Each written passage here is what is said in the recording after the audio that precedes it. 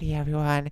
So today I'm going to be talking about things I do not want to repeat from other series and franchises. Okay?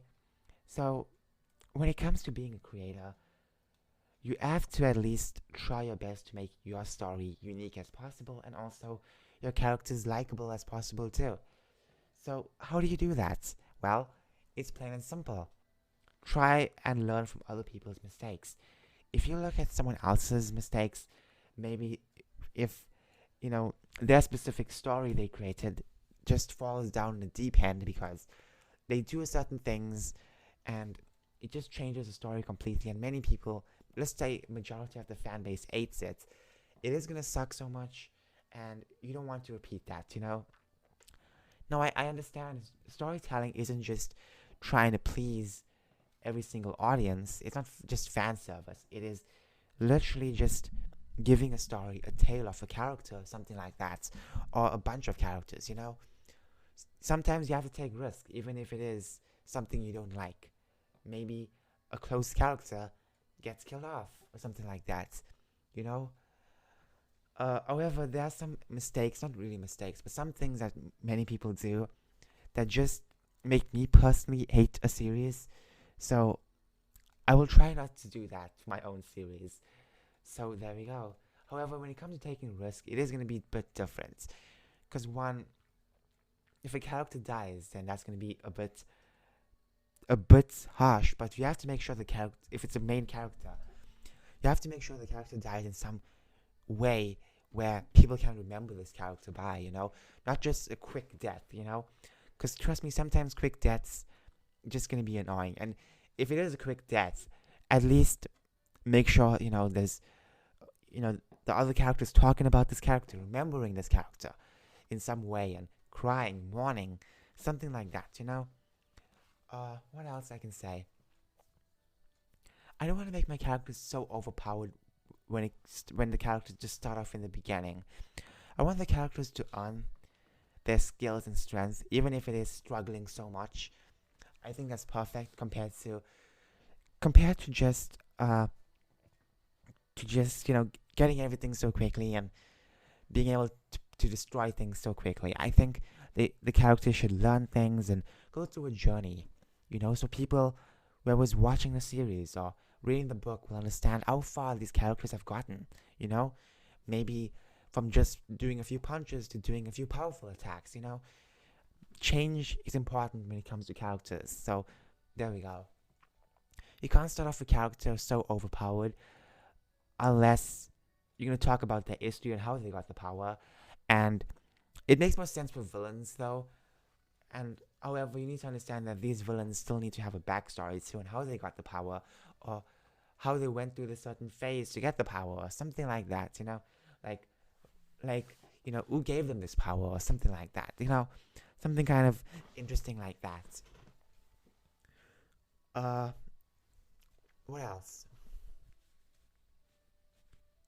World building is important, and even if it is making up new words, new whatever, I think it is important because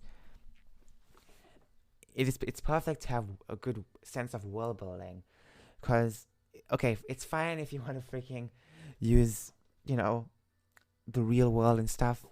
I'm gonna be using part of the real world, just the continents, just so I know where things are placed upon. But other than that, I want to just create, random kingdoms and villages and like certain what do you call it? New formats and stuff like that. Maybe uh, you know, the way how certain thing runs across the world or something like that. Create new things, create amazing things that suits the world. That's perfect. If you don't have a sense of world building, if you're gonna make a really big series where the character goes traveling around, it's an adventure series, or a few times the character just goes off somewhere, you must have a sense of world building. And there we go. The next thing is retcons. Now, basically, what retcons is, I can't find a proper definition of, but uh, basically, it's just, how do I put it properly in my own words? Uh, let's just say you have this character that's freaking has power of uh marshmallows and jelly beans. But then all of a sudden that specific character, like let's just say a few seasons later or so and stuff like that, there's a flashback and stuff, and instead of seeing a freaking okay, how do I do this? Say this properly. It's so hard to describe it because I don't know how to describe it so properly. Uh, for example, let's just say, okay, continue my example. There's a flashback, and instead of the character having just wait, what did I say? Jelly beans and whatever power, it has an extra power too, which that weren't there in the first place.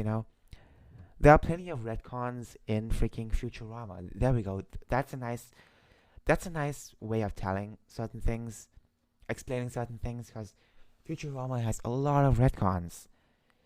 For a show being so smart about a lot of sciencey stuff, it does have a lot of retcons. So this show has a lot of retcons, and the most annoying retcon is the way Bender is born.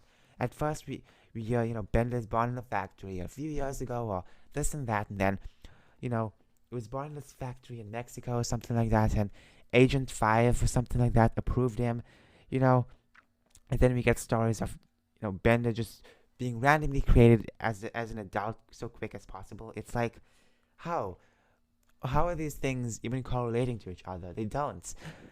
Retcons are annoying, and there's some ways if you want to at least tweak the story a bit without changing everything. Maybe, for example, like Naruto. Now, if you look at Naruto, plenty of criticisms you can have about it, but in the beginning of the series, we hear that the Nine-Tails Fox just went rampage on its own and stuff like that and whatever. But when we get to Shippuden, we get to hear that freaking it wasn't just Nine-Tails just attacking randomly. Someone's freaking unlocked the seal from Naruto's mother and released the Nine-Tails on the village. So there we go. It makes sense, but that wasn't supposed to be in the story. We never hear that before, but I kind of doubt the creator had that in mind in the beginning of the series. But yeah, that's a retcon. So, but it's not such a big retcon. It's like a subtle retcon. Retcon sounds like some kind of weird comic book convention or something like that. Anyways, that's just it for the video. That's just my thoughts on not trying to make mistakes and stuff and trying to make certain things perfect as possible. Now I know as certain stories and certain arcs progresses, not everything's gonna be so likable. But the best thing I have to do is when I feel like the story is somewhat needing to end, I will end it. I don't want to drag it for so long. If I do have extra stories for it, I will shorten it up and put it in. I don't want to drag it way too long and just make people hate the series way too much. Anyways, that's it. Bye bye.